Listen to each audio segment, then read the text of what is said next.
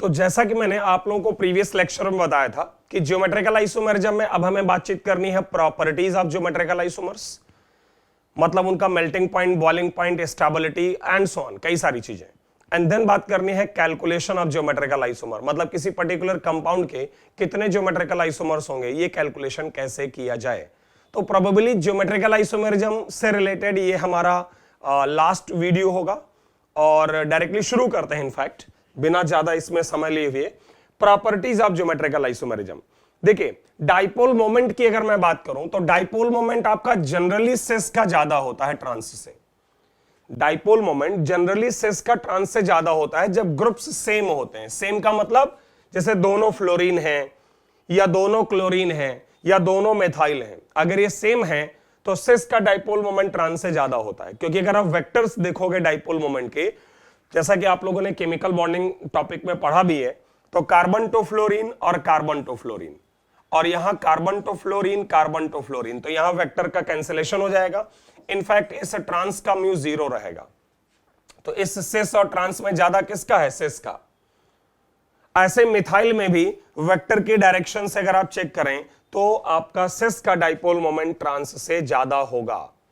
एक और बात बोलूंगा कि तुम में से जो लोग क्लास 12th में जनरल ऑर्गेनिक केमिस्ट्री पढ़ चुके हैं, तुम में से जो लोग क्लास 12th में जनरल ऑर्गेनिक केमिस्ट्री पढ़ चुके हैं, वो इस बात को ऐसे भी समझ सकते हैं, क्योंकि मे भी उनके माइंड में ये पॉइंट चले कि फ्लोरीन जो है वो आपका प्लस एम और माइनस आई दो इफेक्ट लगाता है। जब पाई बॉन्ड के साथ रेजोनेट होता है तो फ्लोरीन पॉजिटिव मेसोमेरिक और माइनस आई, लेकिन डोमिनेट करता है फ्लोरीन के लिए माइनस आई, इसलिए वेक्टर की डायरेक्शन मैंने किधर लिखी है? फ्लोरीन की तरफ, और ये सम हो जाएगा, और यहां भी फ्लोरीन के तरफ, और इनका कैंसिलेशन हो जाएगा।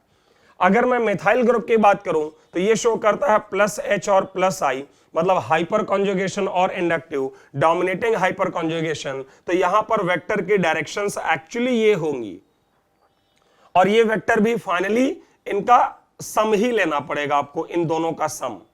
और यहां पर ये और ये रहेगा तो शायद यहां भी कैंसिलेशन और म्यू 0। लेकिन इस तरह से वही लोग समझने की कोशिश करें जिनको मीजोमेरिक इफेक्ट अच्छी तरह से आ रहा है। क्लास 11 स्टूडेंट्स तो बिल्कुल ट्राई नहीं करें।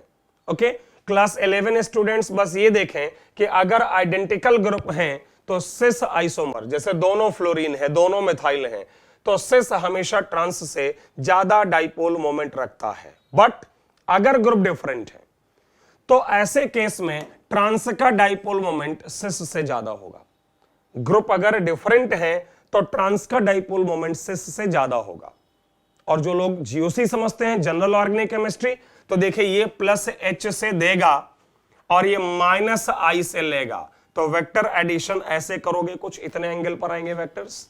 और अगर इसमें बात करें तो ये प्लस एच से देगा, ये माइनस आई से लेगा, तो डेफिनेटली यहां पर वेक्टर्स पैरेलल हैं, और पैरेलल वेक्टर का जो एडिशन होगा वेक्टर एडिशन से, वो ऑब्वियसली इससे ज्यादा होगा।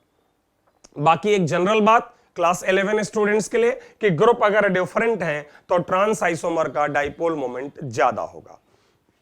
अच्छा, अगर मैं डाइपोल मोमेंट से रिलेटेड और प्रॉपर्टीज की भी बात करूं तो जहां पर डाइपोल मोमेंट ज्यादा होगा वहीं पर तुम्हारा बॉइलिंग पॉइंट ज्यादा होगा। क्यों? क्योंकि बॉइलिंग पॉइंट भी डाइपोल डाइपोल अट्रैक्शन से डिसाइड होता है। जब कोवैलेंट कंपाउंड के बॉइलिंग पॉइंट की बात करते हैं हम लोग, कोवैलेंट कंपाउंड के बॉइलिंग पॉइंट, तो ऑब्वियसली वो डाइपोल मोमेंट पर डिपेंड करेगा, और इवन वाटर में सॉल्युबिलिटी भी। तो अगर इन केस सिस का म्यू ज्यादा है तो बॉइलिंग पॉइंट भी सिस का ज्यादा होगा, और वाटर सॉल्युबिलिटी भी सिस की ज्यादा है, क्योंकि वाटर भी डाइपोल मोमेंट रखता है, तो पोलर पोलर अट्रैक्शन अच्छा होगा। मतलब जिसका डाइपोल मोमेंट ज्यादा उसी का ज्यादा बॉइलिंग पॉइंट, उसी की वाटर सॉल्युबिलिटी ज्यादा। तो इस केस में मैंने सिस का ले रखा है। इन केस अगर कभी ट्रांस का हुआ तो अकॉर्डिंगली आप डिसाइड कर सकते हैं। इवन कुछ क्वेश्चन करके देख लेते हैं। यहां पर देखिए कुछ क्वेश्चंस हैं तुम्हारे सामने, तुम लोग खुद से भी ट्राई कर सकते हो। इस वीडियो को यहां पर पॉज करके आपको म्यू, बॉइलिंग पॉइंट और सॉल्युबिलिटी इन वाटर, मुझे लगता है ये सारी चीजें यहां इसके लिए ये ऑर्डर रहेगा, क्योंकि सिस का डाइपोल मोमेंट ट्रांस से ज्यादा है। एक मिनट, हाँ यहां पर ये 2 नहीं है, in fact this is not 4, actually ये पेयर्स में रखे हुए हैं, तो इनको हमें ऐसे कंपेयर करना है, मतलब ये दो दो कंपाउंड्स के ग्रुप हैं। तो ये हुआ आपका फर्स्ट क्वेश्चन, ये हुआ आपका second question, this is your third question and this one is your fourth question. तो इन चार क्वेश्चन में अगर देखा जाए तो पहले केस में सिस का म्यू ज्यादा है तो बाकी सब भी उसी का ज्यादा है, यहां पर भी सिस के लिए ज्यादा होगा, यहां पर सिस के लिए ज्यादा होगा, डाइपोल मोमेंट सिस का ज्यादा होगा, बॉइलिंग पॉइंट और सॉल्युबिलिटी इन वाटर ट्रांस की ज्यादा होगी। अब यहां पर ऐसी क्या खास बात आ गई, बात को समझिएगा।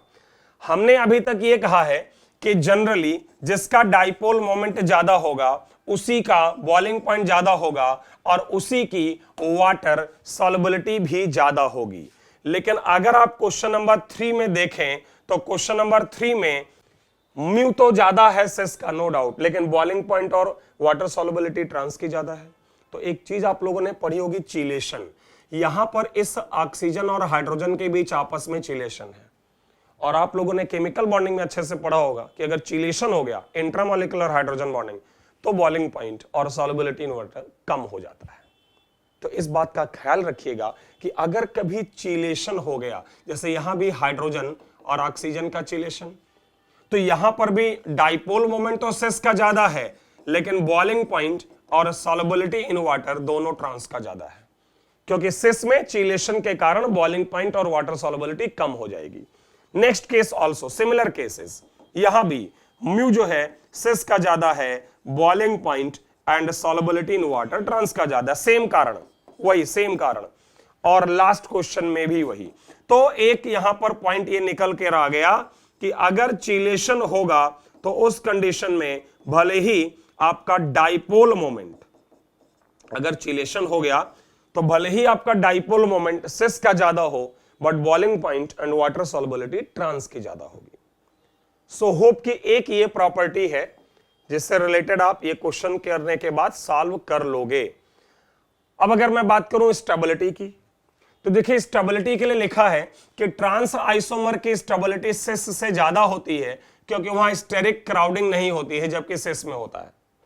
जनरली वो अलग बात है कि कुछ केसेस में सिस भी ट्रांस से ज्यादा स्टेबल हो सकता है, वो मैं अभी आपको समझाता हूं। जैसे पहले एग्जांपल में अगर मैं यहां पर स्टेबिलिटी की बात करूंगा तो किसकी ज्यादा है, ट्रांस की।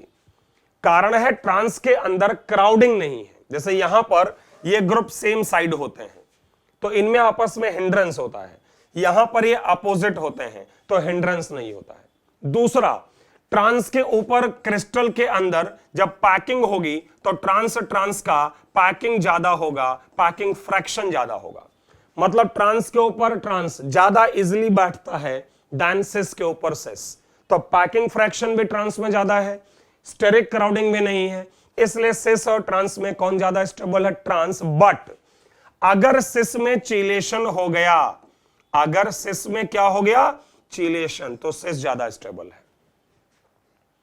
अगर सिस में चिलेशन है तो सिस और ट्रांस में सिस ज्यादा स्टेबल है, क्योंकि अब इन ग्रुप्स के बीच आपस में स्टेरिक रिपल्शन से बड़ा फैक्टर अट्रैक्शन का है, चिलेशन। तो सिस और ट्रांस में जनरली ट्रांस ज्यादा स्टेबल, बट अगर चिलेशन है तो सिस ज्यादा स्टेबल होगा। अच्छा, अब पॉइंट आता है स्टेबिलिटी से रिलेटेड और कौन कौन सी प्रॉपर्टी कंपेयर कर सकते हो। तो ध्यान रखो, जिसका स्टेबिलिटी ज्यादा उसका मेल्टिंग पॉइंट ज्यादा। अगर ट्रांस की स्टेबिलिटी ज्यादा तो ट्रांस की मेल्टिंग ज्यादा, क्योंकि पैकिंग फ्रैक्शन अच्छा है ट्रांस के अंदर, तो उसको मेल्ट करना, उसके सॉलिड स्ट्रक्चर को ब्रेक करके लिक्विफाई करना हमारे लिए उतना ही मुश्किल होगा, क्योंकि पैकिंग फ्रैक्शन अच्छा है तो उसको ब्रेक करना मुश्किल है। तो अगर सिस और ट्रांस में स्टेबिलिटी ट्रांस की ज्यादा है, पैकिंग फ्रैक्शन ट्रांस का ज्यादा है, तो मेल्टिंग पॉइंट भी ट्रांस का ज्यादा है। एक्सेप्शन का ख्याल रखिएगा। और दो चीजें ये और लिखी हैं, लेकिन ये डिस्कशन हम लोग जनरल ऑर्गेनिक केमिस्ट्री में पढ़ते हैं।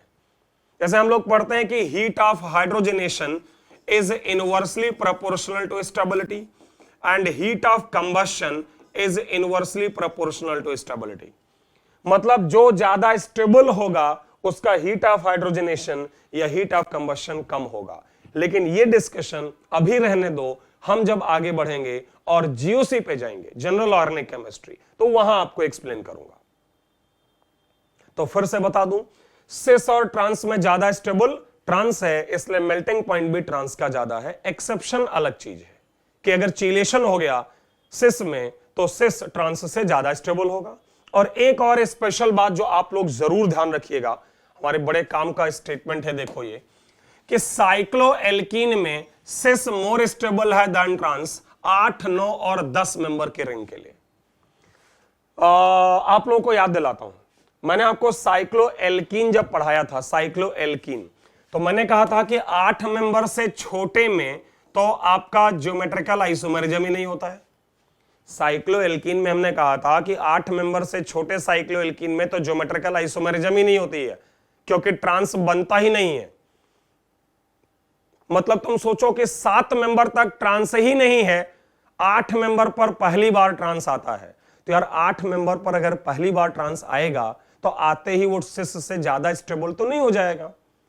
इसलिए नियम है कि 8, 9 और 10 मेंबर के साइक्लोएल्कीन्स में सिस और ट्रांस में ज्यादा स्टेबल सिस है, क्योंकि ट्रांस अभी अभी तो पैदा हुआ है। अरे 8 मेंबर से छोटे में तो ट्रांस था ही नहीं, तो 8 मेंबर में पहली बार तो पैदा हुआ और पैदा होते ही स्टेबल थोड़ा ना हो जाएगा सिस से। हां, अगर 11 मेंबर और उससे आगे की बात करें 11 मेंबर ऑनवर्ड्स, तो फिर से आपका रूल लग जाएगा कि सिस और ट्रांस में ज्यादा स्टेबल हमारा ट्रांस है। तो इन बातों का ख्याल रखते हुए अगर इसके भी कुछ एग्जाम्पल्स किए जाएं, आप लोग खुद से कर सकते हो वीडियो पॉज करके, आप लोग खुद से कर सकते हैं वीडियो को रोककर। यहां सिस और ट्रांस में ट्रांस ज्यादा स्टेबल, यहां सिस और ट्रांस में सिस ज्यादा स्टेबल, कारण चिलेशन। यहां पर ये 12 मेंबर का रिंग है, साइक्लोएल्कीन है 12 मेंबर का, और आप देख सकते हो कि ये वाला सिस है क्योंकि इसके दोनों हाइड्रोजन सेम साइड हैं, और ये वाला ट्रांस है क्योंकि इसके दोनों हाइड्रोजन अपोजिट साइड हैं। चूंकि 12 मेंबर है, चूंकि 12 मेंबर है तो हम कह सकते हैं कि ट्रांस ज्यादा स्टेबल। लेकिन जब तुम यहां बात करोगे इस सिस और इस ट्रांस की, जैसे यहां भी ये सिस है, दोनों हाइड्रोजन सेम डायरेक्शन में, और ये ट्रांस है क्योंकि दोनों हाइड्रोजन अपोजिट डायरेक्शन में, तो इस केस में चूंकि 10 मेंबर है तो ज्यादा स्टेबल सिस। तो ये हो गया तुम्हारा एक्सेप्शन, ये हो गया चिलेशन के कारण एक्सेप्शन। आगे बढ़ो, 2 फ्लोरीन। अगर मैं बात करूं यहां फ्लोरीन की, तो आपको एक बात बताना चाहूंगा कि FF, जैसे सिस और ट्रांस पोजीशन पर FF रखा है तो डेफिनेटली ट्रांस ज्यादा स्टेबल है। लेकिन तुम्हारी जानकारी के लिए बताऊं कि अगर यहां पर एक और मैं इंपॉर्टेंट एक्सेप्शन आपको बताना चाहूंगा कि अगर तुम क्लोरीन को सिस और ट्रांस रखो, समझो बात को, तो यहां पर सिस और ट्रांस में ज्यादा सिस स्टेबल है। ये एक और तुम्हारा एक्सेप्शन यहां पर आ रहा है। जरा मैं इस एक्सेप्शन को समझाने की कोशिश करता हूं। जब फ्लोरीन था तो ट्रांस ही ज्यादा स्टेबल है, जब ब्रोमीन है तो भी ट्रांस ज्यादा स्टेबल है, जब आयोडीन है तो भी ट्रांस ज्यादा स्टेबल है, लेकिन आपके क्लोरीन में सिस ज्यादा स्टेबल है। अगेन मैं एक्सप्लेन करने जा रहा हूं, लेकिन ये डिस्कशन थोड़ा सा रेजोनेंस से रिलेटेड है, मतलब जीओसी, जनरल ऑर्गेनिक केमिस्ट्री से। सो क्लास 11 स्टूडेंट्स को नहीं समझ आ सकता है। क्या है यहां पर, क्लोरीन पाई बॉन्ड के साथ रेजोनेट होगा, किसी एक से अगर मैं रेजोनेट करा के बॉन्ड को ब्रेक कर दूं तो आ जाएगा क्लोरीन, और यहां क्लोरीन, यहां माइनस और यहां प्लस। इस प्लस का ऑक्टेट इसकी बैक बॉन्डिंग से पूरा हो जाएगा, और ये वाला लोन पेयर इसके वैकेंट डी ऑर्बिटल में डिस्पर्स हो जाएगा, तो बनेगा इधर भी डबल उधर भी डबल। इस क्लोरीन पर लेफ्ट वाले आएगा प्लस, यहां आएगा माइनस, तो चिलेशन की ही तरह इलेक्ट्रोस्टैटिक अट्रैक्शन, चिलेशन की तरह इलेक्ट्रोस्टैटिक अट्रैक्शन, और इस वजह से सिस ट्रांस से ज्यादा स्टेबल है। क्वेश्चन अराइज होता है कि तुम्हारा फ्लोरीन में ऐसा क्यों नहीं है, क्योंकि फ्लोरीन बैक बॉन्डिंग में लोन पेयर दे सकता है, लेकिन लोन पेयर ले नहीं सकता एक तरफ, क्योंकि वैकेंट डी नहीं है। फिर क्वेश्चन है, फिर ब्रोमीन और आयोडीन में क्या प्रॉब्लम है, इनके पास तो वैकेंट डी है, लेकिन मैंने कहा था कि वैकेंट डी ऑर्बिटल अगर बैक बॉन्डिंग में जाएगा, केमिकल बॉन्डिंग में समझाया आपको मैंने, आपका जब भी vacant D orbital back bonding में जाएगा तो वो 3d ऑर्बिटल होना चाहिए, 4d और 5d नहीं। मतलब 4d और 5d ऑर्बिटल कभी भी डी ऑर्बिटल रेजोनेंस या बैक बॉन्डिंग में नहीं जाता है। चूंकि क्लोरीन का वैकेंट ऑर्बिटल वैकेंट 3d है इसलिए ऐसा होगा, लेकिन ब्रोमीन और आयोडीन के पास चूंकि वैकेंट 4d 5d है तो वो ऐसा नहीं करा पाएंगे। इसलिए हैलोजेंस में सिर्फ क्लोरीन ही एक्सेप्शन है कि अगर दोनों सेम साइड क्लोरीन है सिस तो वो ज्यादा स्टेबल है देन ट्रांस। अच्छा, एक बात इसमें खत्म करते करते और बोलूंगा कि तुम्हारे जो ज्योमेट्रिकल आइसोमर्स है ना उनको डायास्टीरियोमर कहते हैं।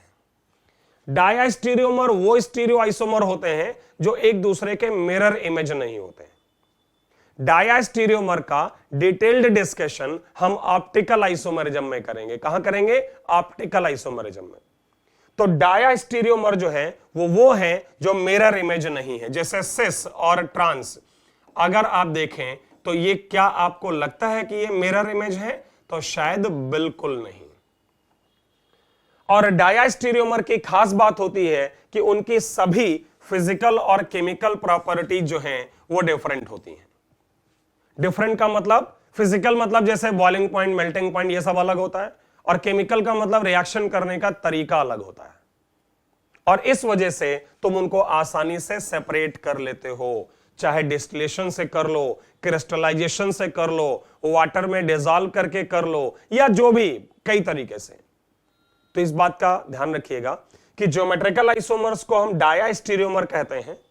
ज्योमेट्रिकल आइसोमर्स को हम क्या कहते हैं? Diastereomer, because they are not mirror images, और उनको इजीली सेपरेट किया जा सकता है क्योंकि उनकी फिजिकल और केमिकल प्रॉपर्टीज डिफरेंट होती हैं। तो अगर मैं यहां पर समराइज करूं जो अभी तक मैंने बात की है यहां, तो एक तो मैंने कहा है डाइपोल मोमेंट सिस का ट्रांस से ज्यादा है अगर ग्रुप्स आइडेंटिकल है, और ट्रांस का ज्यादा है अगर ग्रुप डिफरेंट है। जिसका डाइपोल मोमेंट ज्यादा है उसी का बॉइलिंग पॉइंट ज्यादा है, उसी की सॉल्युबिलिटी इन वाटर ज्यादा है। बट अगर चीलेशन हो गया तो चीलेशन के कारण फिर उसकी सॉल्युबिलिटी और बॉइलिंग पॉइंट कम हो जाएगा। स्टेबिलिटी, सिस और ट्रांस में जनरली ट्रांस ज्यादा स्टेबल है, ट्रांस में स्टेरिक क्राउडिंग कम है, और ट्रांस के अंदर पैकिंग फ्रैक्शन भी अच्छा है, इसलिए जनरली ट्रांस ज्यादा स्टेबल है। ट्रांस का पैकिंग फ्रैक्शन अच्छा है, ट्रांस का मेल्टिंग पॉइंट अच्छा है।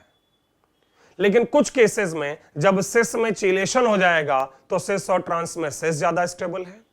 साइक्लोएल्कीन्स में 8, 9, 10 मेंबर्ड सिस ज्यादा स्टेबल है, लेकिन 11 ऑनवर्ड्स ट्रांस ज्यादा स्टेबल है। और हैलोजेंस में अगर 2 क्लोरीन इस्तेमाल किए जाएं तो भी सिस ज्यादा स्टेबल है ट्रांस से। तो ये कुछ एक एक्सेप्शन। तो ये बड़ा ही इंपॉर्टेंट सेक्शन है जो बहुत ज्यादा मुझे लगता है पूछा जाता है, और इंपॉर्टेंट भी है और इतना मुश्किल भी नहीं है। तो ये था हमारा आज का ये डिस्कशन मेनली इस लेक्चर में, प्रॉपर्टीज ऑफ ज्योमेट्रिकल आइसोमेरिज्म।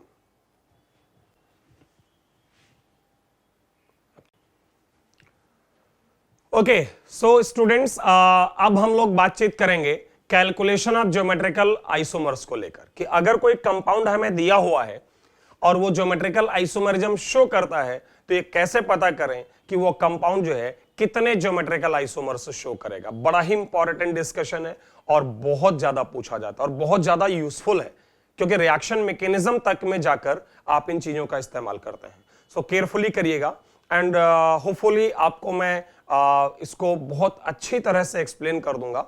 मुझे नहीं लगता इसके बाद आप कोई भी क्वेश्चन ऐसा होगा जो न कर पाए, लेकिन थोड़ा केयर करिएगा डिस्कशन पर। शुरुआत इस बात से करते हैं, इस फार्मूले पर जाने से पहले आपको एक छोटा सा पॉइंट बताता हूं। जैसे आपको पता है फॉर एग्जांपल कि ये वाला कंपाउंड आपका ज्योमेट्रिकल आइसोमेरिज्म लेट से शो कर रहा है, तो इसका एक आइसोमर सिस है और एक ट्रांस है। मतलब अगर तुम्हारे पास ये कंपाउंड है carbon bond carbon, double bond carbon bond carbon, तो ये कंपाउंड आपका यहां से ज्योमेट्रिकल आइसोमेरिज्म शो कर रहा है, क्योंकि यहां 2 डिफरेंट ग्रुप हैं, मिथाइल और हाइड्रोजन, और यहां भी 2 डिफरेंट ग्रुप हैं, मिथाइल और हाइड्रोजन, और इसके 2 आइसोमर आ गए सिस और ट्रांस। तो इस कंपाउंड के नंबर ऑफ ज्योमेट्रिकल आइसोमर्स हो जाएंगे 2। ध्यान रखिएगा कि ज्योमेट्रिकल आइसोमर एक पाई बॉन्ड के 2 होते हैं, या इनफैक्ट एक पाई बॉन्ड ही नहीं, मैंने आप लोगों को इससे पहले एक्सप्लेन कर रखा है और आपको शायद पता भी होगा कि सिर्फ पाई बॉन्ड ही नहीं, तुम्हारा पाई बॉन्ड चाहे कार्बन कार्बन हो, कार्बन नाइट्रोजन हो, नाइट्रोजन नाइट्रोजन हो, ये सारे ज्योमेट्रिकल शो करते हैं। तो किसी भी पर्टिकुलर 2 एटम के बीच का जो पाई बॉन्ड है, अगर वो ज्योमेट्रिकल शो करता है तो उसके 2 ज्योमेट्रिकल आइसोमर होंगे, सिस और ट्रांस। ऐसे हमने पढ़ा है क्यूमुलेटेड पॉलीइन, मतलब अगर लगातार पाई बॉन्ड है, मतलब अगर आपके पास ये एक क्वेश्चन है carbon bond carbon double bond carbon double bond carbon double bond carbon bond carbon, तो मैंने कहा था अगर पाई बॉन्ड लगातार ऑड हैं तो इसके भी दो ज्योमेट्रिकल आइसोमर होंगे, क्योंकि इस टर्मिनल पर भी दो डिफरेंट ग्रुप और यहां भी दो डिफरेंट ग्रुप। तुम इसको ना एक ऐसा सिस्टम समझो, एक ऐसा सिस्टम समझो जो ज्योमेट्रिकल शो करता है। देखिए pi bond, number of pi bond पर जो है आपके ज्योमेट्रिकल आइसोमर डिपेंड नहीं करते हैं कि अगर 3 पाई बॉन्ड हैं तो ज्योमेट्रिकल आइसोमर और कई सारे हो जाएंगे। वो एक पर्टिकुलर सिस्टम को रिप्रेजेंट करता है। ये एक सिस्टम है जिसका रेस्ट्रिक्टेड रोटेशन है, चाहे वो एक अकेले पाई बॉन्ड से बना सिस्टम हो, चाहे वो 3 लगातार पाई बॉन्ड से बना सिस्टम हो, इसके भी दो ज्योमेट्रिकल आइसोमर। इवन आपको ये भी जो मैंने सिखाया है कि अगर लगातार रिंग हो तो इस कंपाउंड के भी अंदर एक सिस्टम है ये, और इसके दो ज्योमेट्रिकल आइसोमर है।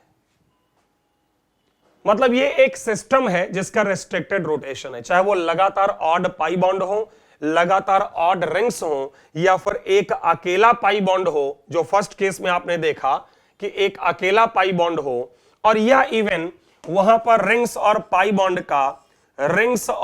बॉन्ड का कॉम्बिनेशन हो। लेकिन जैसा कि मैंने कहा है कि ओवरऑल संख्या इनकी ऑड होनी चाहिए। इसके भी ज्योमेट्रिकल आइसोमर दो हैं, सिस और ट्रांस। इवन आपके रिंग्स के अंदर भी जो हमने पढ़ा है कि यहां पर ये ग्रुप जोड़ दें तो इसके भी ज्योमेट्रिकल आइसोमर दो हैं। मतलब किसी एक सिस्टम के जिसका रेस्ट्रिक्टेड रोटेशन है उसके दो ज्योमेट्रिकल आइसोमर्स होते हैं। अब क्वेश्चन अराइज होता है कि साहब अगर यहां पर एक से ज्यादा सिस्टम हो, जैसे मान लो फॉर एग्जांपल हमारे पास एक ऐसा कंपाउंड है जिसमें दो डिफरेंट जगहों से ज्योमेट्रिकल आइसोमेरिज्म आती है। लेट्स से क्वेश्चन एग्जांपल 6 की तरफ अगर चलें कि मान लीजिए हमारे पास है CH3 bond CH double bond CH bond CH double bond CH bond CH3। ध्यान से देखो, इस कंपाउंड में मैं कहूंगा कि हमारे पास ये दो सिस्टम हैं जहां से ज्योमेट्रिकल आइसोमेरिज्म हो सकती है। तो फिर इस पोजीशन पर भी दो ज्योमेट्रिकल आइसोमर सिस और ट्रांस, यहां भी दो ज्योमेट्रिकल आइसोमर सिस और ट्रांस। तो अगर आपसे पूछा जाए कि इस कंपाउंड के टोटल ज्योमेट्रिकल आइसोमर कितने, तो 2 मल्टीप्लाइड बाई 2 दैट इज 4। ध्यान रखना हमेशा मल्टीप्लाई करेंगे, ऐड नहीं। ये दिमाग में ना जाए आपके कि ऐड करने से भी तो साहब 4 ही आएगा, तो अंतर क्या पड़ता है, लेकिन मल्टीप्लाई हमेशा करोगे, ऐड नहीं करना है। अच्छा मान लो यहां 4 होता और यहां 2 होता, ऐड करते तो 6 आता, मल्टीप्लाई करते तो 8 आता। तो हमेशा मल्टीप्लाई करना, क्योंकि साइमल्टेनियसली ये भी शो करता है और वो भी शो करता है। मैथमेटिक्स में तुमने पढ़ा होगा कि जब दो काम एक साथ होंगे तो नंबर ऑफ टोटल वेज में मल्टीप्लाई करते हैं। जब होता है दिस एंड दिस एक साथ, तो ये ज्योमेट्रिकल और ये ज्योमेट्रिकल दोनों एक साथ शो करेंगे। ऐसा थोड़ी होगा जब ये करेगा तो ये नहीं करेगा, या ये करेगा तो ये नहीं करेगा। इसलिए ऐड नहीं, मल्टीप्लाई करें, हमेशा ध्यान रखिए। अच्छा, इसके कौन से 4 ज्योमेट्रिकल आइसोमर हैं? पहला ऑप्शन देखो सिस सिस, दूसरा ऑप्शन आपका ट्रांस और ट्रांस, तीसरा ऑप्शन सिस और ट्रांस, चौथा ऑप्शन ट्रांस और सिस।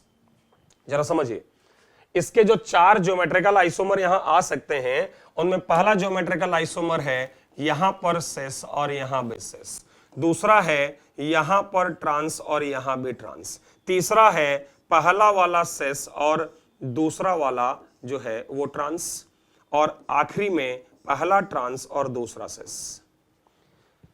जरा सोच के मुझे तुम बताओ कि ये कितने ज्योमेट्रिकल आइसोमर हैं। लिखने को तो मैंने 4 लिख दिया है, लेकिन बताना आपको यह है कि ये 4 है नहीं, एक्चुअल में इनकी संख्या 3 है।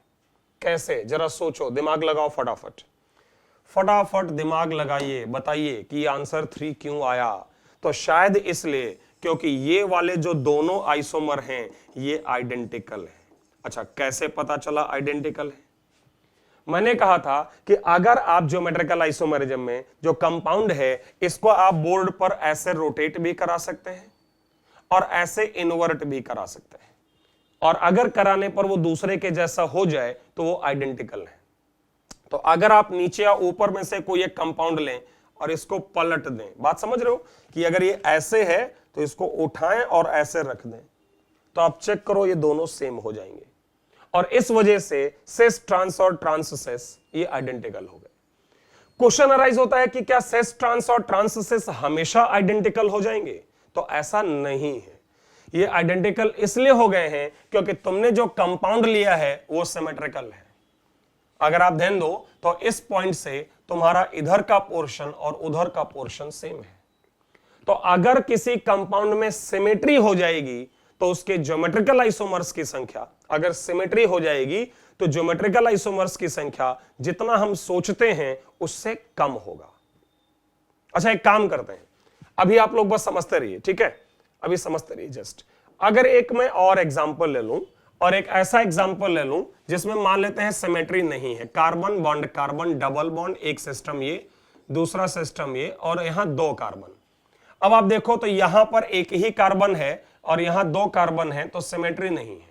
यहां भी ज्योमेट्रिकल आइसोमर दोनों जगहों पर 2-2 होंगे और ज्योमेट्रिकल आइसोमर 4, मतलब सिस सिस, ट्रांस ट्रांस, सिस ट्रांस और ट्रांस सिस। और इस बार ये चारों जो हैं वो डिफरेंट हैं क्योंकि आप इनको एक दूसरे के जैसा नहीं बना पाओगे। जैसे अभी कर रहे थे ना कि ऐसे कर दिया जाए, इस बार तुम सिस ट्रांस ट्रांस सिस में ऐसा नहीं कर पाओगे क्योंकि सिमेट्री नहीं है। तो इसके ज्योमेट्रिकल आइसोमर 4 आएगा और 4 ही रहेगा। अब बात समझिएगा, क्वेश्चन मेरा ये है कि हमें जो एग्जाम में क्वेश्चन दिया जाता है उसमें जरूरी थोड़े ना है कि यार 1 पाई बॉन्ड होगा या 2 सिस्टम होंगे, 2 जगह ज्योमेट्रिकल होगा, हो सकता है उसमें 10 जगह ज्योमेट्रिकल हो। तो अगर कई जगहों पर आपका ज्योमेट्रिकल आइसोमरिज्म होने लगेगा तो बेहतर है कि इस डिस्क्रिप्टिव मेथड के बजाय हम शॉर्टकट फार्मूला अप्लाई करें। समझिएगा, जैसे यहां पर देखिए कुछ फार्मूले लिखे हैं कि अगर स्मॉल n मान लिया जाए number of sides which can show geometrical isomerism, अगर स्मॉल n उन साइड्स की संख्या है, साइड्स मतलब समझ रहे हो, साइड्स का मतलब है जैसे यहां 2 साइड है, यहां शो करेगा, यहां शो करेगा, इसके पीछे आओ, यहां भी 2 साइड्स है, यहां 1 साइट है, 1 साइट है, 1 साइट है। तो साइट का मतलब वो सिस्टम जिनकी मैं बात कर रहा था जो ज्योमेट्रिकल आइसोमरिज्म शो करते हैं। तो अगर स्मॉल n उन साइड्स का नंबर है और कंपाउंड में सिमेट्री नहीं है, अच्छा सिमेट्री पहचानने का भी तरीका बताऊं, अगर किसी कंपाउंड का IUPAC नेम दोनों तरफ से एक ही आएगा तो सिमेट्री है। अगर किसी कंपाउंड का IUPAC नेम दोनों तरफ से एक ही जैसा आएगा तो सिमेट्री है, और अगर IUPAC नेम दोनों तरफ से डिफरेंट आएगा तो सिमेट्री नहीं है। तो अगर क्वेश्चन में सिमेट्री लिखा है नहीं है तो ज्योमेट्रिकल आइसोमर्स का नंबर 2 की पावर n, जहां की n क्या है, उन साइड्स या सिस्टम्स की संख्या जो ज्योमेट्रिकल शो करेंगे। तो ये फार्मूला आप अप्लाई कर सकते हो। और अगर कंपाउंड में सिमेट्री है, अगर आपके कंपाउंड में जो है सिमेट्री है, मतलब यहां पर मैं लिख दे रहा हूं कि इफ कंपाउंड इज सिमेट्रिकल, अगर तुम्हारा जो कंपाउंड है वो सिमेट्रिकल है, मतलब उसका IUPAC नेम दोनों तरफ से सेम आता है। तो लिखा है कि अगर n इवन है तो ज्योमेट्रिकल आइसोमर्स की संख्या 2 की पावर n-1 प्लस 2 की पावर n/2-1। कब? जब सिस्टम्स n इवन है या वो साइड्स जहां ज्योमेट्रिकल आइसोमरिज्म होती है वो इवन है, तो 2 की पावर n-1, 2 की पावर n/2-1। और अगर n ऑड है, हां, तो नंबर है 2 की पावर n-1 प्लस 2 की पावर n+1/2, फिर उसके बाद -1, और ये पूरा पावर में ही है। तो ट्राई करके देखते हैं जिनमें हमें ज्यादा कुछ दिमाग नहीं लगाना है, और पहले कुछ मेंस लेवल या नीट लेवल के क्वेश्चंस करते हैं। ये आपके सामने है, इस वीडियो को यहां पर रोको, टोटल 10 क्वेश्चन है, इनमें से पहले 8 आप ट्राई करो ये, और उसके बाद मेरा सॉल्यूशन देखना। इसके अंदर आपके 3 साइड्स हैं, 3 जगहों से ज्योमेट्रिकल है, n बराबर 3 है और संख्या ऑड है क्योंकि सिमेट्री है ना, सिमेट्री है। तो फार्मूला 2 की पावर n-1 प्लस 2 की पावर n+1/2-1, इसको सॉल्व करो तो 2 की पावर 2 4, एंड 2 की पावर 2 माइनस 1 1, तो 2, तो तुम्हारा आंसर आ जाएगा 6। चेक करो अपना आंसर, आपने जो सॉल्व किया उसको चेक करिए। यहां पर अगर आप देखें तो यहां भी n इक्वल टू 3 है, लेकिन इसमें सिमेट्री नहीं है, और ये आसान होता है अगर सिमेट्री नहीं है। 2 की पावर 3 आ जाएगा 8, और आना भी चाहिए क्योंकि हर जगह दो दो ज्योमेट्रिकल होंगे और डायरेक्टली मल्टीप्लाई हो गया 2:2:2, तो क्या जाएगा 8। नेक्स्ट क्वेश्चन, यहां पर सिर्फ इस जगह ज्योमेट्रिकल आइसोमेरिज्म है, लेफ्ट और राइट के पाई बॉन्ड में नहीं है। भाई इस पाई बॉन्ड पर 2 हाइड्रोजन है, तो वो आपका स्टीरियो सेंटर नहीं है, इधर भी 2 हाइड्रोजन है, तो सिर्फ ये बीच वाला शो करेगा। देखिए ये समझने के लिए ऑब्वियसली जो प्रीवियस क्लासेस मैंने पढ़ाई हैं वो आपको पता होनी चाहिए, या ज्योमेट्रिकल आइसोमेरिज्म कौन शो करेगा कौन नहीं, ये आपको पता होना चाहिए। 14 क्वेश्चन, ये ऑड संख्या में है लगातार 3 पाई बॉन्ड, तो ये शो करेगा, और अकेला पाई बॉन्ड ये शो करेगा। n बराबर 2 है, सिमेट्री है नहीं, तो ज्योमेट्रिकल आइसोमर्स 2 की पावर 2 दैट इज 4। चेक करते रहिए अपने आंसर साहब। यहां पर सिर्फ ये शो करेगा क्योंकि लेफ्ट में भले ही लगातार 3 पाई बॉन्ड हैं, लेकिन यहां दोनों हाइड्रोजन के कारण ये पोजीशन ज्योमेट्रिकल नहीं शो करेगी। यहां देखो ये शो करेगा, और ज्योमेट्रिकल आइसोमर्स 2। आप कह सकते हो इनका क्या, तो ये नहीं, क्योंकि लगातार पाई बॉन्ड तो है, लेकिन लगातार पाई बॉन्ड की संख्या इवन है, और मैंने कहा है कि अगर ये संख्या इवन है, अगर ये संख्या इवन है, तो उस कंडीशन में वो ज्योमेट्रिकल ना शो करके ऑप्टिकल शो करते हैं। नेक्स्ट क्वेश्चन, एक सिस्टम ये है, दूसरा अच्छा और कोई सिस्टम नहीं है। ज्योमेट्रिकल आइसोमर्स इसके सिर्फ 2 हैं, क्योंकि यहां लगातार हैं लेकिन रिंग्स इवन है, और ये इसलिए नहीं शो करेगा आपका, ये इसलिए नहीं शो करेगा क्योंकि इसके एक टर्मिनल पर दोनों हाइड्रोजन है। अगला केस, ये शो करेगा क्योंकि रिंग और पाई बॉन्ड का सम ऑड है, और ये भी शो करेगा, तो स्मॉल n यहां 2 है, 2 सिस्टम है या 2 साइड्स हैं, सिमेट्री है नहीं, तो 2 की पावर 2 दैट इज 4। समझ आई बात। नेक्स्ट क्वेश्चन, अच्छा यहां देखो होल 4 का मतलब क्या है कि ये पाई बॉन्ड 4 बार आएगा, तो n बराबर 4, क्योंकि वो चारों पाई बॉन्ड शो करेंगे। सिमेट्री है नहीं, मिथाइल और क्लोरीन का कॉम्बिनेशन है, सो 2 की power 4 geometrical isomer 16। Next case, ये संख्या ऑड है, लगातार पाई बॉन्ड ये शो करेगा, और ये तुम्हारा I- शो करेगा क्योंकि यहां 2 डिफरेंट ग्रुप, लोन पेयर और हाइड्रोजन, तो n इक्वल टू 2, कंपाउंड में सिमेट्री तो है नहीं, तो ज्योमेट्रिकल आइसोमर्स 2 की पावर 2 दैट इज 4। तो ये थोड़े से कुछ बेसिक लेवल के क्वेश्चंस थे जो यूजुअली आपके जेईई मेन या नीट एग्जाम में, मेडिकल एग्जाम में पूछे जाते हैं।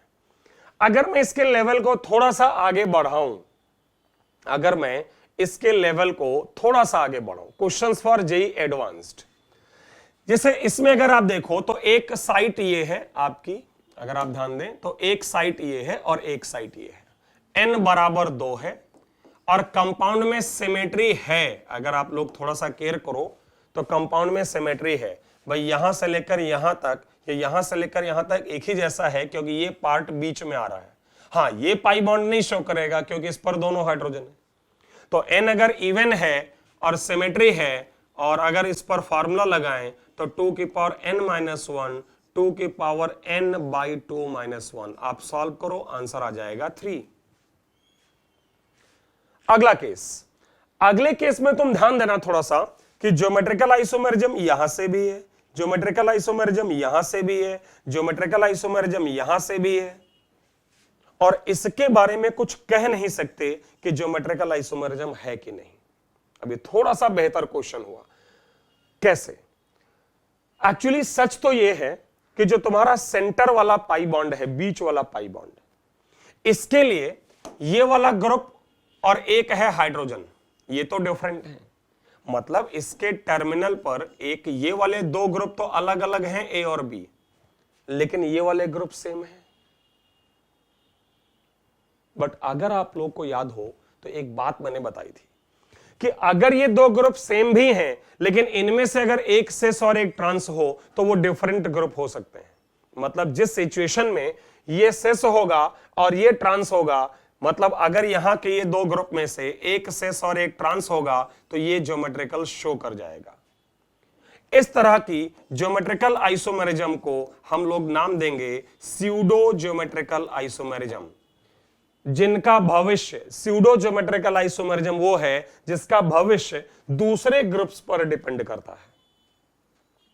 और ऐसे क्वेश्चंस में जब स्यूडो ज्योमेट्रिकल आइसोमरिज्म आ जाएगी तो हम कभी भी फार्मूला अप्लाई नहीं करेंगे। कभी भी जो पीछे हमने शॉर्टकट फार्मूले अप्लाई किए हैं वो अप्लाई नहीं करेंगे, हम 1 बाय 1 चेक करेंगे। कैसे, जरा समझो। देखो, अगर मैं इन तीनों की पहले बात करूं तो अगर मान लो ये सारे के एक ऑप्शन क्या है कि ये सारे के सारे सेस हैं, मतलब 3 सेस हैं। एक ऑप्शन दूसरा है 2 सेस और 1 ट्रांस है। तीसरा ऑप्शन है 1 ट्रांस और 2 सेस हैं। अगला ऑप्शन है कि 3 ट्रांस हैं। बात समझो। अभी मैं बीच वाले पाई बॉन्ड की बात न करूं तो ऑप्शन यही है ना। एक ऑप्शन क्या है कि सारे सेस हैं, पहला ऑप्शन। अच्छा, जब ये सारे सेस होंगे तो ये बीच वाला पाई बॉन्ड ज्योमेट्रिकल शो नहीं करेगा, क्योंकि ये दोनों ग्रुप सेस होंगे तो ये आपका स्टीरियो सेंटर नहीं होगा। अच्छा, जब 2 सेस और 1 ट्रांस होंगे तब जरा समझिए केसेस क्या है। 2 सेस और 1 ट्रांस में फर्दर 2 केसेस हैं। दोनों सेस लेफ्ट में और 1 ट्रांस राइट में, या 1 सेस 1 ट्रांस लेफ्ट में और 1 सेस राइट में। समझो बात को। जब दोनों सेस यहां होंगे और ट्रांस वहां होगा तो एक ही बनेगा, क्योंकि जब दोनों सेस यहां होंगे तो बीच वाला पाई नहीं शो करेगा। बट जब 1 सेस 1 ट्रांस यहां होंगे और 1 सेस वहां होगा, तो जब ये सेस और ये ट्रांस हो जाएगा तो ये बीच वाले के लिए भी ज्योमेट्रिकल हो जाएगी, सिस भी और ट्रांस भी। तो 2 ऑप्शन बन जाएंगे, क्योंकि ये सिस हो सकता है या ट्रांस हो सकता है। सिमिलरली 1 ट्रांस और 2 सिस में भी ऑप्शन क्या है? 1 ट्रांस, सॉरी, ये 1 से ट्रांस और 2 सिस नहीं, ये डिफरेंट केस क्या बनेगा? 1 सिस और 2 ट्रांस। तो 1 सिस और 2 ट्रांस के क्या क्या ऑप्शन है? पहला, दोनों ट्रांस एक तरफ और एक तरफ 1 सिस, या 1 सिस 1 ट्रांस एक तरफ और एक तरफ 1 ट्रांस। ये हो जाएगा एक ऑप्शन, और ये फिर से 2, क्योंकि बीच वाला पाई बॉन्ड शो करेगा। और जब सभी 3 ट्रांस होंगे तो बीच वाला नहीं शो करेगा। अब अगर आप चेक करो तो आपका आंसर है 1 + 1 2 + 2 4 + 1 5 + 2 7 + 1 8। तो अच्छा क्वेश्चन है। अगर समझ गए तो ओके, नहीं समझ आया तो वीडियो को 2 मिनट पीछे ले जाओ और दोबारा देखो।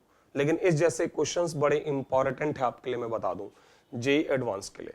दोबारा सुनना है, वीडियो को बैक करो, रिवाइंड करो और फिर से देखो। चलिए आगे देखिए, उससे भी अच्छा क्वेश्चन। यहां पर अगर आप देखो तो ये शो करेगा, ये वाला पोजीशन, ये शो करेगा, ये शो करेगा, ये शो करेगा। और इसके लिए फिर से वही क्वेश्चन मार्क है कि डिपेंड्स कि इधर वाले ग्रुप्स क्या क्या है। तो फटाफट केसेस बनाते हैं। आप चाहो तो इस बार खुद से ट्राई करके देख लो। पहले मैं ट्राई कर रहा हूं। 4 सेस 3 सेस 1 ट्रांस, या 2 सेस और 2 ट्रांस, या फिर 1 सेस और 3 ट्रांस, या फिर चारों ट्रांस।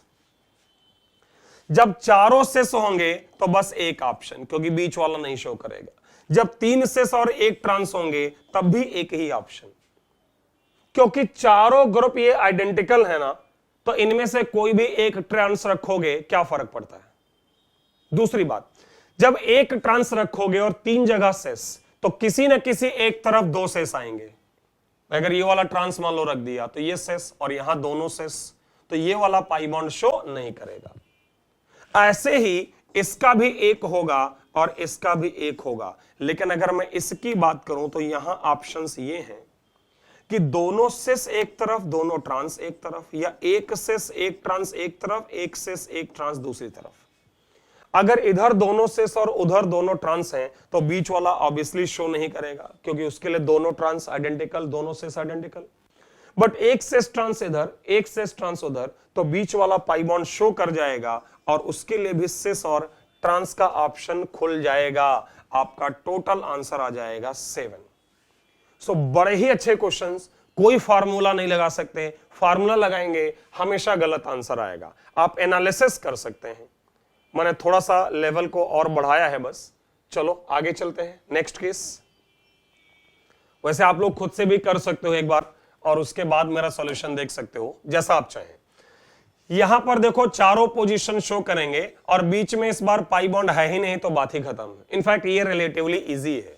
4 सेस एक ऑप्शन, क्योंकि 3 सिस और 1 ट्रांस पर भी एक ही ऑप्शन रहेगा, क्योंकि एक भी ट्रांस कहीं भी रखो, एक ट्रांस एक ही बात है। कोई भी 2 सिस 2 ट्रांस लो, एक ही ऑप्शन है। 1 सिस 3 ट्रांस एक ऑप्शन और 4 ट्रांस एक ऑप्शन। तो ये रिलेटिवली आसान है। इनफैक्ट ऐसे कंपाउंड्स में कहा जाता है स्फेरिकल सिमेट्री है। कैसी सिमेट्री है? स्फेरिकल सिमेट्री है, हर डायरेक्शन से देखने में एक जैसा। तो वहां फार्मूला नहीं लगाते हैं। अब आते हैं थोड़े से रिंग कंपाउंड्स पे। देखो यहां पर भी इसके अलोंग रेस्ट्रिक्टेड रोटेशन, हाइड्रोजन और मेथाइल, हाइड्रोजन और मेथाइल। तो ज्योमेट्रिकल आइसोमर तो इसके 2 हैं, बट क्वेश्चन अराइज होता है कि सिस और ट्रांस इसमें बनाया कैसे जाएगा। तो इनमें सिस और ट्रांस बनाने का तरीका है, जैसे अगर आपको सिस बनाना है तो आप दोनों मेथाइल ग्रुप को वेज पर ले लो, चाहे दोनों को डैश पर ले लो। ये दोनों एक ही हैं, 2 नहीं हैं। अरे यार दोनों सामने हैं चाहे दोनों पीछे हैं, वो सिस ही है। इनफैक्ट जो 2 तुम्हारे सामने है ना, वो मेरे लिए दोनों पीछे हैं। जो तुम्हारे सामने है ना, वो मेरे लिए पीछे हैं, और जो मेरे सामने है वो तुम्हारे लिए पीछे हैं। सो डजंट मैटर, बस वो सेम डायरेक्शन में होना चाहिए। दोनों वेज दोनों डैश, ये एक सिस है 2 नहीं, और ऐसे ये वेज और इसको डैश लें या इसको डैश लें और इसको वेज लें, तो एक सिस और एक ट्रांस। ऑप्टिकल आइसोमरिज्म में कुछ बदलाव हो सकते हैं, बट वो आगे की चीजें हैं। Geometrical isomerism point of view से 2, यहां भी सेम कॉन्सेप्ट से ज्योमेट्रिकल आइसोमर 2, इनके बीच में सिस और ट्रांस। आप चाहें तो उनको भी ड्रॉ कर सकते हैं, और इनफैक्ट इस तरह के जो भी आप क्वेश्चन लोगे, यहां इन दोनों के along geometrical isomer cis and trans, यहां इन दोनों के अलोंग भले ही वहां मिथाइल और क्लोरीन आया है, बट ज्योमेट्रिकल आइसोमर तो 2 ही होंगे। बट फिर से आ गया, अगर आप देखें 3 मेंबर का रिंग तुम्हारे सामने, और यहां पर अब 3 जगहों पर एक एक मिथाइल है। जब ऐसा आ जाएगा तो फिर से मेरी बात ध्यान से सुनिएगा, यहां पर फिर से फार्मूला नहीं, फार्मूला बिल्कुल नहीं लगाना। अगर रिंग पर 2 से ज्यादा ग्रुप जुड़े हैं, फार्मूला कभी नहीं लगाना। ठीक है, देखो कैसे करेंगे। हम यहां यह सोचेंगे कि 3 में से कितने ग्रुप वेज और कितने ग्रुप डैश। पहला option 3 wedge 0 dash, 2 wedge 1 dash, 1 wedge 2 dash और तीनों डैश। तीनों वेज तीनों आगे, 2 आगे 1 पीछे, 1 पीछे 2 आगे, या तीनों पीछे। सोच के बता दो कितने ऑप्शन बने, दिमाग लगाओ जल्दी से और बताओ कितने ऑप्शन बने। तो मुझे लगता है सिर्फ 2 ऑप्शन बने। क्यों? क्योंकि तीनों वेज हो चाहे तीनों डैश हो, ये तो सेम है ना। तीनों ग्रुप सामने हो या तीनों ग्रुप पीछे हो, ये तो एक ही है। और 2 आगे 1 पीछे हो, 2 आगे हो और 1 पीछे हो, चाहे 1 आगे हो और 2 पीछे हो, ये दोनों भी सेम। तो अल्टीमेटली तुम्हारे पास 2 ऑप्शन। अब हम क्या करते हैं, पहले तो ऐसे डिसाइड करते हैं। अब हम सोचते हैं इसको कैसे बनाएं। तो सोचो तीनों वेज बनाने के कितने ऑप्शन। तो तीनों वेज बनाने के कितने, क्या एक ही तो ऑप्शन है ना। अरे यार तीनों को वेज पर रखना है तो एक ही स्ट्रक्चर बना ना कि ऑल वेज। और अगला है 2 वेज और 1 डैश। यहां सोचना हो सकता है, यहां यह सोचना हो सकता है कि साहब 2 वेज और 1 डैश, तो क्वेश्चन अराइज होता है कौन सा वाला डैश। सोच के बताओ जल्दी से। ये दोनों वेज तो ये डैश हो सकता है, ये वाले दोनों वेज तो ये डैश हो सकता है, और अगर ये वाले दोनों वेज तो ये डैश हो सकता है। तो सोच के बताइए कितने ऑप्शन लगते हैं। आई बात समझ में? सिर्फ एक, क्योंकि तीनों पोजीशन आइडेंटिकल हैं तो कहीं भी एक जगह डैश रख सकते हो। तो आप देख सकते हो कि इस कंपाउंड के ज्योमेट्रिकल आइसोमर्स का नंबर कितना है, 2। तो अगर थोड़ा सा इत्मीनान से करेंगे, पेशेंस रखेंगे, धैर्य रखेंगे, समय लेकर करेंगे तो पक्का हो जाएगा। और जल्दबाजी करोगे तो पक्का गलत होगा, क्योंकि ये सब क्वेश्चन बड़े रिस्की होते हैं। जहां तुमने जल्दबाजी किया तो 100% गारंटी के गलत करोगे। इसलिए आराम से, पेशेंस के साथ। अगला क्वेश्चन आप चाहो तो खुद से करके भी देख लो, ठीक है, आपकी इच्छा है तो आप इनमें से कुछ एक खुद से करके देख सकते हो। इस क्वेश्चन में भी अगर मैं वेज और डैश के कॉम्बिनेशन की बात करूं तो 3 0 और 2 1, बस 2 ही तो हैं, क्योंकि बाकी 2 तो रिपीट होते हैं। 3 वेज एंड 0 डैश, इसका तो एक ही ऑप्शन है क्योंकि तीनों वेज। लेकिन जब तुम इसमें 2 वेज और 1 डैश जाते हो ना, तो देखो लेट से मान लो मैंने यहां डैश रखा, या फिर अगली बार मेरा मन किया तो मैंने यहां डैश रखा, या अगली बार तुम्हारा मन किया और तुमने यहां डैश रखा। अब जरा सोचकर बताओ कि कितने ऑप्शन हैं। तो ऑब्वियसली ये तीनों डिफरेंट हैं और ज्योमेट्रिकल आइसोमर 4 हैं, जिसमें से एक सिस है और 3 ट्रांस है। अच्छा, क्वेश्चन अराइज होता है ये कैसे डिसाइड किया एक सिस और 3 ट्रांस है? एक्चुअली रूल ये है कि सारे ग्रुप अगर सेम साइड है तो सिस, और अगर एक भी अपोजिट है तो ट्रांस। सारे ग्रुप सेम डायरेक्शन में तो सिस, और एक भी ग्रुप अगर अपोजिट चला गया तो ट्रांस। तो यहां पर टोटल आंसर कितना आ गया? 4। अब अगर तुम लोग डायरेक्टली बता सको, मतलब मैं नहीं चाहता अब इतना सारा फार्मूला लगाया जाए। पहला ऑप्शन सारे वेज, तो एक वो बनेगा। फिर अगला 2 वेज और 1 डैश, बिल्कुल ऐसे ही तो है। तो अब यहां पर 1 डैश और 2 वेज कितने ऑप्शन है? सोचो जरा। देखिए, भले ही एडवांस लेवल का क्वेश्चन है, लेकिन इतना सिखाने के बाद आप 10 सेकंड में आंसर दे सकते हैं। मुझे इनमें से 2 वेज बनाने हैं और 1 डैश। बताओ 1 डैश बनाने के कितने ऑप्शन हैं? तो 1 डैश ये या फिर ये या फिर ये। मुझे लगता है 2 ऑप्शन हैं, क्योंकि 1 डैश ये वाला और ये वाला सेम होगा सिमेट्री के कारण, और एक ये हो जाएगा। अगला क्वेश्चन बता दो जल्दी से, ज्योमेट्रिकल आइसोमर्स। तो मुझे लगता है 1 प्लस एक तो हो गया ऑल वेज, और एक होगा 2 वेज और 1 डैश। तो 1 डैश कौन सा वाला? दिमाग लगाओ जल्दी से। मेरे हिसाब से 3, टोटल 4, क्योंकि इस बार ये डैश अलग होगा, ये तो खैर अलग है ही, और ये भी अलग हो जाएगा क्योंकि ग्रुप डिफरेंट है। नेक्स्ट क्वेश्चन तो हो गया ना? तो अगर थोड़ा केयर करोगे तो समय लगना ही नहीं है, बहुत जल्दी क्वेश्चंस होने हैं। जैसे यहां देखो, ऑल वेज एक ऑप्शन और 1 डैश, इस बार 2 ऑप्शन रहेंगे। क्यों 2 रहेंगे? क्योंकि ये डैश और ये डैश सेम, और एक ऑप्शन क्लोरीन को लेकर। तो ये मैंने बता दिया तुम्हें 3 ग्रुप अगर जुड़े हैं। इसी क्रम में मान लो अगर 4 ग्रुप जुड़े हैं तो क्या करेंगे? या वहां देखो 6 ग्रुप जुड़े हैं, तो यार अगर प्रैक्टिस आपकी हो गई है ना तो पक्का आप कर लेंगे। देखो यहां पर 14th क्वेश्चन में यहां देखिएगा, अच्छा यहां वेज और डैश अगर मैं निकालूं तो 4 wedge 0 dash, 3 wedge 1 dash, 2 wedge 2 dash, क्योंकि इसके बाद रिपीट हो जाएगा 1 3 एंड 0 4। तो 4 वेज और 0 डैश, इसका तो एक ही ऑप्शन है। 3 वेज और 1 डैश का भी एक ही ऑप्शन है, क्योंकि चारों में से तुम किसी भी एक को डैश लगा दो, स्ट्रक्चर सेम रहेगा। लेकिन अब क्वेश्चन अराइज होता है कि जब 2 वेज और 2 डैश हैं तो कितने ऑप्शन? तो मुझे लगता है यहां पर आप लोग चेक करके देखो, 3 ऑप्शन हैं, टोटल आंसर 5 है। क्यों बताता हूं। देखो 1 डैश मान लो तुमने यहां रख दिया, 1 डैश यहां रख दिया, तो अगला डैश रखने का ऑप्शन क्या है? ये तो इसका स्ट्रक्चर है। अगर मुझे 2 डैश बनाने हैं तो मैंने मान लो 1 डैश यहां रखा तो दूसरा मैं यहां रख सकता हूं। अच्छा, फिर अगर मैंने पहला डैश यहां रखा तो दूसरा मैं यहां रख सकता हूं। ओके, और तीसरा ऑप्शन क्या है? अगर ये डैश यहां है तो दूसरा यहां। अब आप लोग खुद चेक कर लो कि ये तीनों डिफरेंट हैं। क्यों तीनों डिफरेंट हैं? क्योंकि यहां दोनों डैश 1 2 पोजीशन पर हैं, यहां दोनों डैश 1 4 पोजीशन पर है, यहां दोनों डैश 1 3 पोजीशन पर है। ये क्वेश्चन अब आप लोग इसी कॉन्सेप्ट पर खुद से ट्राई करोगे घर पे। इसका आंसर टोटल 8 आएगा, खुद से ट्राई करिएगा। ठीक है, चले आगे बढ़े। ओके, मैंने कुछ क्वेश्चन और ले रखे हैं। अब यहां पर मैंने 4 मेंबर के रिंग का इस्तेमाल किया है और उस पर आपके कुछ एक ग्रुप्स अटैच्ड हैं।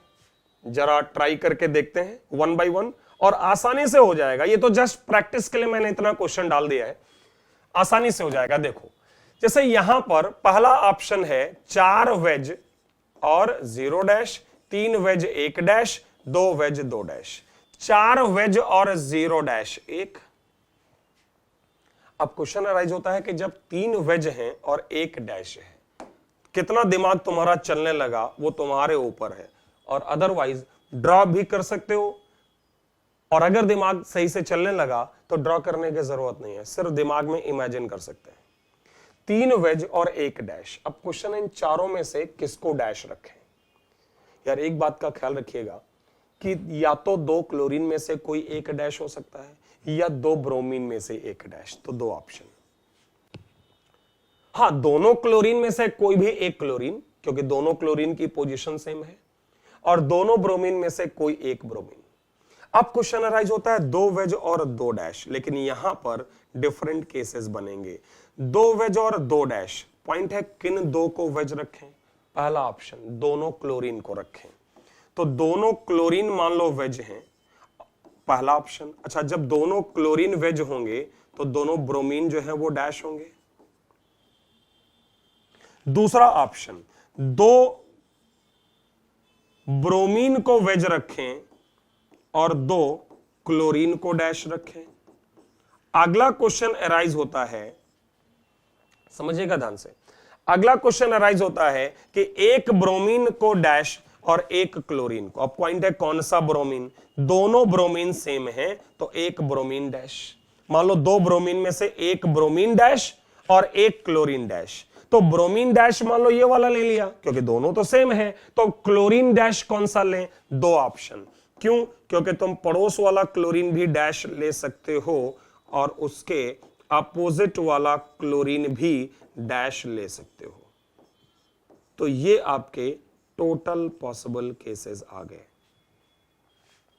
अब अगर आप देखें कि टोटल कितने हैं, तो एक तो ये था, ये वाले आपके दो थे, इनमें से ये दोनों अगर आप लोग थोड़ा सा दिमाग लगाएं तो आइडेंटिकल है। कैसे यार, दो क्लोरीन ऊपर दो ब्रोमीन नीचे हो, या दो ब्रोमीन ऊपर और दो क्लोरीन नीचे हो, एक ही हो गया ना।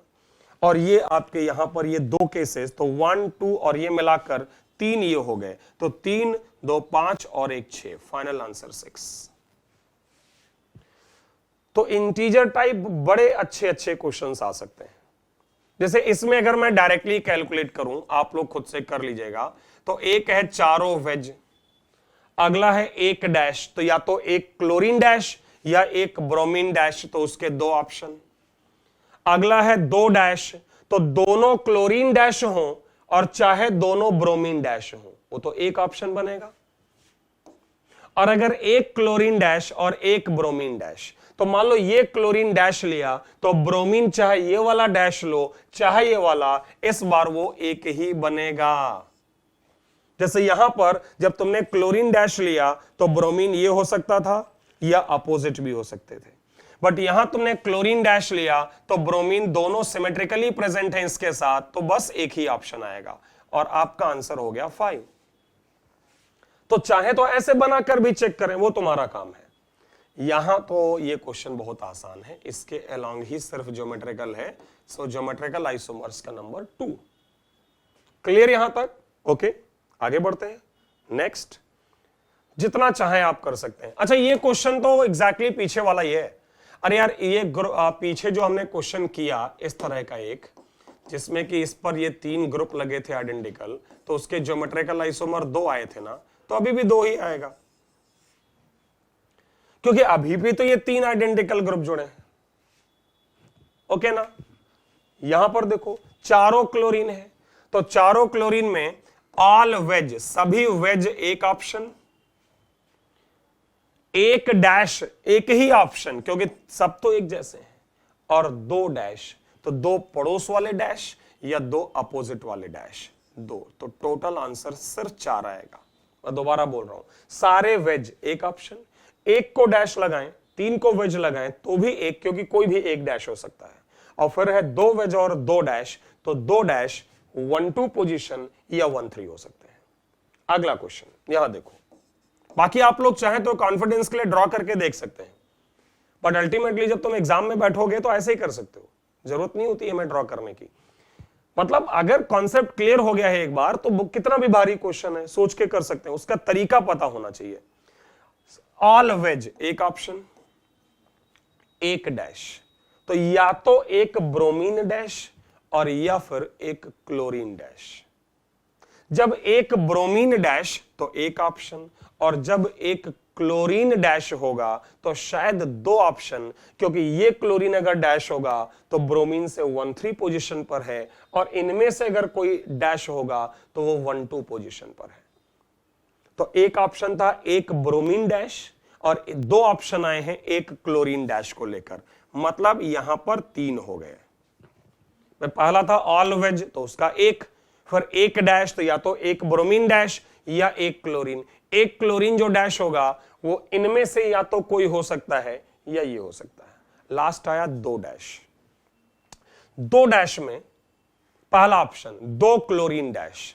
जब तुम 2 क्लोरीन डैश लोगे तो 2 ऑप्शन है, या तो पड़ोस वाले 1 2 1 2 और या फिर 1 और 3, मतलब इसके साथ ये। तो जब 2 क्लोरीन डैश होंगे तो 2 बन रहे हैं। जब तुम्हारे 2 क्लोरीन डैश होंगे, समझो, तो 2 क्लोरीन डैश एडजेसेंट वाले ये वाले ले लो चाहे ये वाले, एक ऑप्शन ये हो गया और एक ऑप्शन हो गया 1 3। अगला है ब्रोमीन एंड क्लोरीन डैश। तो ब्रोमीन डैश के साथ जब क्लोरीन डैश लोगे तो अपोजिट वाला एक ऑप्शन या इनमें से कोई एक, 2 ऑप्शन टोटल। तो ये आपका टोटल हो गया 4 और शायद फाइनल आंसर आएगा आपका 8। बाकी आप लोग जो है ड्रॉ करके भी चाहे तो कर सकते हैं। एक लास्ट क्वेश्चन, ओके। ऐसा कुछ देख के डरने की जरूरत नहीं है, हाँ, लेकिन इतना जरूर है कि एक अच्छा क्वेश्चन है। अच्छा इस सेंस में है कि एक तो ये वाली रिंग तो शो करेगी ही और ये वाली रिंग्स इंडिविजुअली भी शो करेंगी। हालांकि ये वाली रिंग्स नहीं शो करेंगी क्योंकि वो तो और बाहर चली गई। इसको तुम ऐसे समझने की कोशिश करो कि तुम्हारे पास एक 4 मेंबर की रिंग है, सेंट्रल रिंग बीच वाली, और इस पर ये 4 ग्रुप आइडेंटिकल हैं। जैसे पीछे था ना कि 4 क्लोरीन जुड़े हैं, इन चारों क्लोरीन की जगह ये 4 ग्रुप जुड़े हैं, बट वो ग्रुप भी अपने आप में सिस या ट्रांस हो सकते हैं। तो जरा समझिएगा, एक ऑप्शन कि इस 4 रिंग की मेंबर के रिंग पर चारों ग्रुप जो जुड़े हैं वो सिस हैं। दूसरा ऑप्शन, इस 4 मेंबर के रिंग पर जुड़े ग्रुप में से कोई एक ट्रांस है। सिमेट्री है ना, सिमेट्री है ना, तो कोई एक ट्रांस ले लो और 3 सिस। अगला ऑप्शन, इस 4 मेंबर के रिंग पर 2 ग्रुप सिस हैं और 2 ग्रुप ट्रांस हैं। जरा समझते रहिएगा, इस 4 मेंबर के रिंग पर 2 ग्रुप सिस और 2 ग्रुप ट्रांस, तो दोनों सिस पास में हैं, दोनों ट्रांस पास में हैं, या सिस अपोजिट हैं और ट्रांस अपोजिट। अच्छा, क्या कर रहा हूं मैं, दोबारा समझाऊं। मैं ये कह रहा हूं कि सबसे पहले मैं चेक कर रहा हूं कि 4 मेंबर के रिंग में ये ग्रुप क्या है, तो वो चारों सिस हो सकते हैं, एक ट्रांस 3 सिस हो सकते हैं, 2 सिस 2 ट्रांस हो सकते हैं, 3 ट्रांस तो 1 सिस और बाकी 3 कहीं भी ट्रांस ले लो, और या अगला ऑप्शन है कि चारों ट्रांस हो सकते हैं। ये जो तुमने पॉसिबिलिटीज बनाई है, यहां समझो बात को, ये जो पॉसिबिलिटीज तुमने यहां पर बनाई हैं, इसमें अभी तुमने मिडिल रिंग सेंट्रल रिंग में चेक नहीं किया है। ये ज्योमेट्रिकल आइसोमर्स की फाइनल संख्या नहीं है, ये सिर्फ तुमने जो बाहरी रिंग्स लगी हैं उनके पॉसिबिलिटीज लगा दिए। अब तुम्हें हर एक पॉसिबिलिटी में, इसलिए तो मैंने कहा कि थोड़ा सा मुश्किल हो सकता है, अब तुम्हें हर एक पॉसिबिलिटी में ये चेक करना पड़ेगा कि उसके अपने इंडिविजुअली अब कितने ज्योमेट्रिकल आइसोमर्स हैं। तरीका मैं बता रहा हूं, जैसे अगर मैं इसकी बात करूं तो जब चारों सिस हैं तो पहला ऑप्शन ऑल वेज, चारों वेज पोजीशन पर है। मतलब अब इंडिविजुअली ऐसे समझ लो कि अब ये एक अपने आप में अलग क्वेश्चन है, ये एक अलग क्वेश्चन है, वो एक अलग क्वेश्चन है। अब इसमें सोचो, चारों वेज एक ऑप्शन, एक डैश एक ऑप्शन क्योंकि सारी पोजीशन आइडेंटिकल है, और 2 डैश, तो 2 डैश में पड़ोस वाले 2 डैश या अपोजिट वाले 2 डैश। तो पहले वाले के टोटल कितने हैं? 4। इस फर्स्ट के टोटल कितने हैं? 4। समझ आया? इसके आगे मैं नहीं करने वाला हूं क्योंकि इन्हीं जैसे क्वेश्चंस तो ये सारे मैंने आपको समझाए हैं। जैसे 3 सिस और 1 ट्रांस, कुछ और नहीं है, 3 क्लोरीन और 1 ब्रोमीन है, मतलब 3 ग्रुप सेम है, 1 डिफरेंट है। 2 ट्रांस 2 सिस, मतलब 2 जगह क्लोरीन 2 जगह ब्रोमीन। तो ऐसे ही बहुत सारे क्वेश्चन अभी हमने पीछे किए। अब आप 1 बाय 1 इसको सॉल्व करें, ये तुम्हारा होमवर्क है जो तुम खुद से करोगे, और इसका फाइनल आंसर आपके लिए मैं लिख दे रहा हूं जो आप क्रॉस चेक कर लीजिएगा कि आपने जो सॉल्व किया वो सही है या गलत है। तो इसका फाइनल आंसर है 31। तो जैसा कि आपने देखा कि ये बहुत सारे अच्छे अच्छे क्वेश्चंस हैं जो मेनली जे एडवांस्ड में इंटीजर टाइप क्वेश्चंस में पूछे जाते हैं। और ये हमारा कैलकुलेशन ऑफ ज्योमेट्रिकल आइसोमर्स था और यहां खत्म भी होता है हमारा डिस्कशन। ज्योमेट्रिकल आइसोमरिज्म यहां पर खत्म होता है। इसके बाद आइसोमरिज्म का जो एक और सबसे इंपॉर्टेंट सेक्शन शुरू होता है वो है ऑप्टिकल आइसोमरिज्म। सबसे ज्यादा जो स्टूडेंट्स पॉइंट ऑफ व्यू से मैं बोल रहा हूं कि उनको मुश्किल फील होता है वो है optical. But I am sure कि जब आगे हम चर्चा करेंगे, करीब करीब 7 से 8 क्लासेस मुझे या लेक्चर्स या वीडियो रिकॉर्ड करने होंगे ऑप्टिकल आइसोमरिज्म के लिए। तो मिलते हैं नेक्स्ट टाइम फिर, और तब हम शुरुआत करेंगे ऑप्टिकल आइसोमरिज्म।